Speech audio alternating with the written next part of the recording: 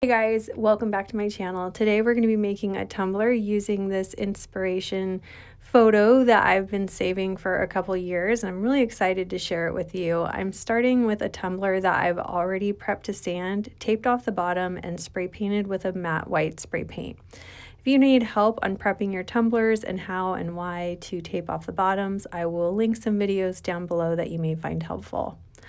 I'm working with 30 milliliters of my Flynn Sisters Fast Cure Epoxy, and I'm mixing in some white, kind of opally sparkly glitter. I will link the one that I'm using down below in the description box. And we're just going to mix that in and make sure that we have the right amount of saturation of glitter. I'm using this to create a quick glitter base on my tumbler, so I don't want too much glitter to where it's going to change the texture of the epoxy, but I don't want too little to where we'll have uneven or splotchy coverage. Once that's fully mixed in, I'm going to apply it to my cup like I normally would, spreading everything on nice and evenly. You're probably not going to use the full 30 milliliters, but we do want to have a generous amount to where that glitter has room to move and spread itself out evenly. If we don't have enough, then we can have kind of like a splotchy looking glitter base. If we have too much, then we might get drips and puddles and muffin tops or muffin bottoms where we don't want them. So definitely strike that right balance. And actually, I think I did end up using all 30 milliliters. So just to show you how generous of a coat you'll need, and this is for a 20-ounce tumbler. Once I get that all evenly applied, I'm going to hit it with my torch to pop any bubbles, and I'm going to let this dry for at least 4 hours before we move on to the next step. Remember, your dry times may vary based on the type and brand of epoxy that you're using. Here's what we should be left with. Next, I'm going to start taping off our different mountain layers. Starting at the top, I'm using 1.5-inch masking tape. I think that's the size of this, the thicker painter's tape. And we're going to do a very straight wrap all the way around our cup. A little bit of overlap at the end there is okay. And then I'm going to repeat this all the way down the cup, layering each subsequent piece of tape by just a little bit, maybe like 1/10 of an inch. I'm going to layer over the previous. It's important to start at the top because of the order in which we'll be removing the tape. If you have it in the wrong order overlapping, you're going to pull parts before you want to pull parts, and you'll see what I mean later on in the video when we get to stenciling and taping. Once I have this all taped off, I'm going to start penciling out my mountain design using a just regular pencil works best, so I can erase if I make any mistakes. It's important to remember that mountain ranges are organic shapes, so this doesn't have to be perfect. In fact, we want it to be really imperfect. If you find that you're getting the same peaks and valleys over and over again in like a pattern, maybe try again so that we can get something a little more natural looking. I'm going to repeat this process all the way up the cup, spacing each mountain range by about 1 inch or so. And you're going to want to make as many mountain ranges as you have colors in your gradient. In this case, I believe I have 4 colors, but I will be repeating 1, so I want to make about 5 mountain ranges. Once I've completed all of my mountain silhouette drawings, I'm going to start cutting them with a craft knife. Make sure you have a sharp blade for this, and you're just going to run your blade right along the drawings that you just created, being sure to provide even pressure so you're not going too far into the epoxy to where you can accidentally damage that glitter coat. Once you have all of the mountain ranges cut out, which is a little bit tedious, I think it took me about 10 or 15 minutes, we're going to go over to our spray booth and we're going to start spray painting on our colors, starting with the darkest color at the bottom first. In this case, I'm using Stiletto Red from ColorShot. I will have all the spray paint colors that I'm using listed down below in the description box. First, I removed the bottom section of tape from our mountain silhouette. I also taped off the bottom, and now I'm just going to do really quick dashes of paint. I don't need to paint the bottom of the mountain section, just the tops here. And you'll notice I'm just doing really quick bursts of paint. This is going to dry really quickly, and then I'm going to go and remove the second portion of tape. Every time I remove a section of tape, I save it. So be very careful as you're removing it, because you may want to tape over the previous section first before spray painting the second section. I don't really do that unless I feel like I messed up on something, but just in case, it's nice to have that tape section in case you need it. Moving on to our orange section, you'll see again, I'm just spray painting the tops of the mountains very carefully. I'm holding my paint a little bit closer to the cup than I normally would, so I have a smaller fan controlling how much I'm actually hitting there. I really want to get just the tops of the mountains so that some of the glitter peeks through. You'll notice that I did tape off the first mountain section with a saved piece of tape that I had because I was worried I would mess it up, but whatever anyway. Next, I removed the third section of tape and moved on to our yellow color, again, just aiming towards the top of those mountains. Here you can see I retaped off the second orange section because I felt like the red was too red, so I went over with a very, very light dusting of orange just to kind of mute it down a little bit. Moving on to our fourth section, here I'm actually going to be doing two colors. I'm going to be doing a yellow, kind of more further down from the top, and then I'm going to be doing an ivory white. I want ivory white for the fifth section where the sun will be, but I wanted to have a little bit more of a gradient between that yellow and the ivory. So I'm layering up both of those colors in this fifth section. Again, very carefully, just lightly dashing the color right above that yellow towards the top of our mountain section. Now for this fifth section, I'm just doing the ivory white. This will be our brightest section. Once that was done, I removed the very top piece of tape and repeated the yellow color. And with the yellow color, I was really careful at this top here just to get a little bit because I didn't want to go into the ivory section at all. I'm working pretty quickly between layers because it's really warm where I'm working. It's about 80 degrees in there. So the paint's drying really quickly, so I'm able to move layer by layer super fast, which is nice. And I'm also working in a very well ventilated area. Next, I'm going to spray paint the sun, which is just like about a 2-inch circle. And I cut that with my Cricut, which is regular white matte vinyl. And I'm going to spray paint it the same ivory white color that we used for the fifth color section. Here's what that looks like once it's weeded. No, you don't want to paint after you weed because the paint will stay wet on the carrier sheet. Next, I'm going to do the hill that our deer will be located on. And I've got about a 4-inch section of this beautiful, like kind of burgundy red. I think it's called purple red from Oracal, if I'm not mistaken.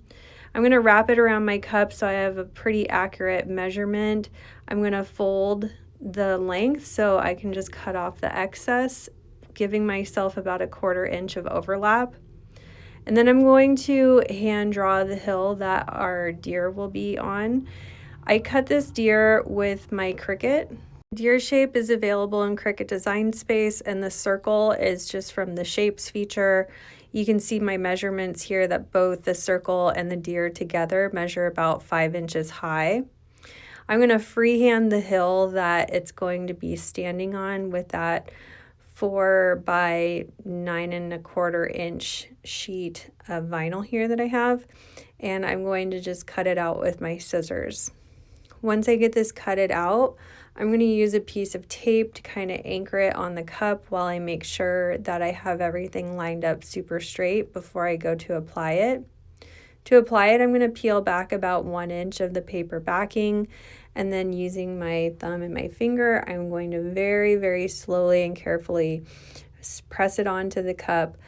And I'm not pulling back the paper carrier sheet, I'm pushing back the paper carrier sheet as I'm applying it.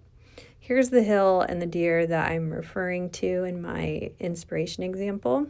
If you're nervous about doing this step before epoxying over that spray paint, I don't blame you.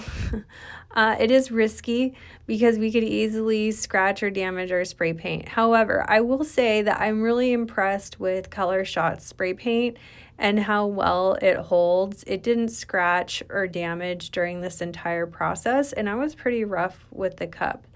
So you don't have to epoxy over the paint before doing your decal in this example. If you don't want to, save yourself a step.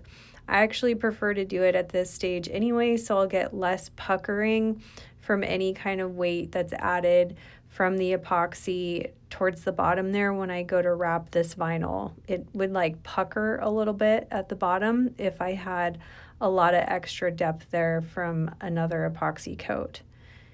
Anyway, once I get back to the end here, wrapping around the vinyl hill, I'm going to take my craft knife and just cut off any excess where it might look weird from the overlap. And then I'm also going to run my craft knife around the bottom where the vinyl overlaps my tape line at the bottom of my cup. I do a really crappy job at this. My craft knife did not stay straight at all, but I'll show you how I fix that later on in the video, no big deal.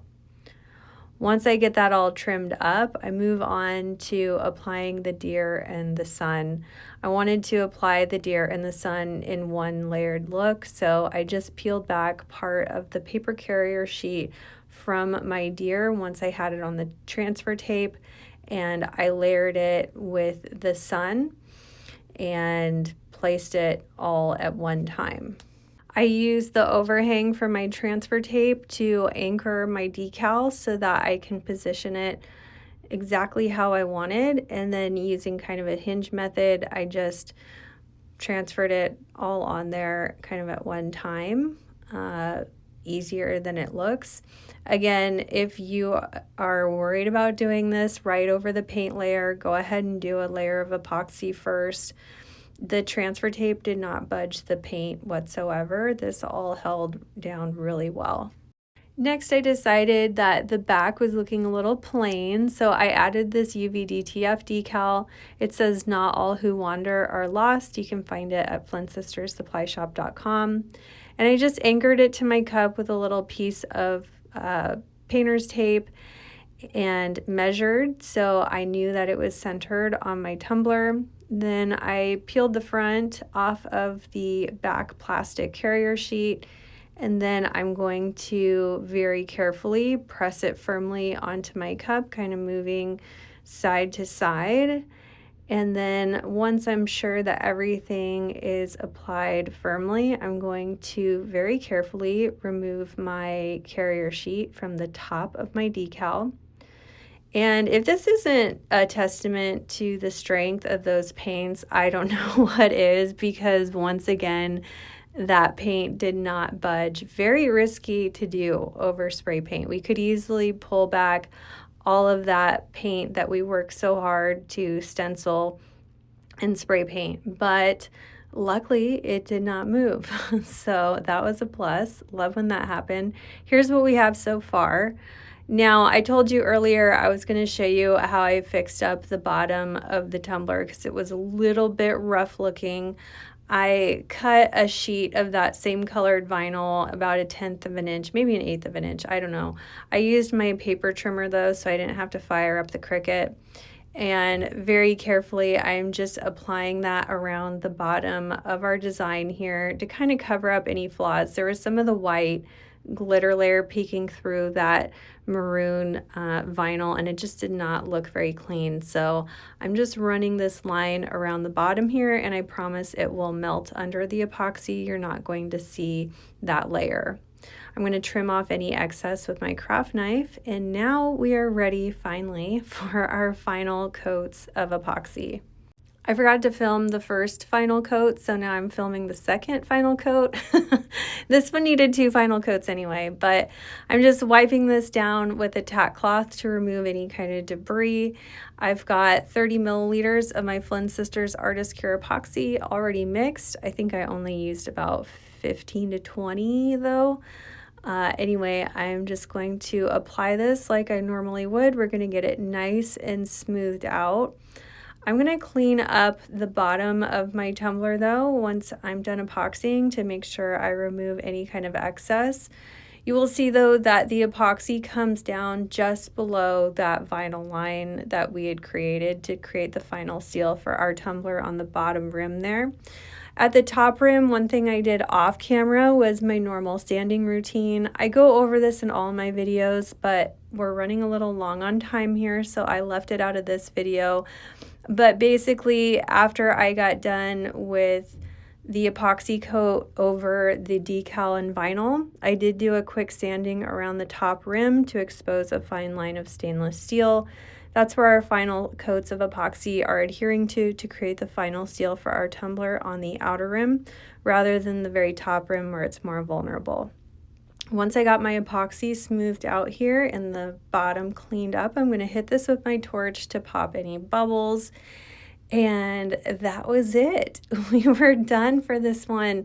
This is actually a lot easier than I thought it was going to be. I had built this up in my mind to be really more complicated than it was, but you could realistically get this done in like a day or two, because really you only have the quick glitter layer, you have your paint layer, and I demonstrated here you can do the vinyl and decals all in one shot, and then you have your final coat. So pretty easy to do, big impact. I love the glitter peeking through the peaks of those mountains. I think it's so beautiful. And let me know what you guys thought in the comments. If you haven't already, please subscribe to my channel. I upload new videos every week. Thank you so much for watching, and we'll see you again soon.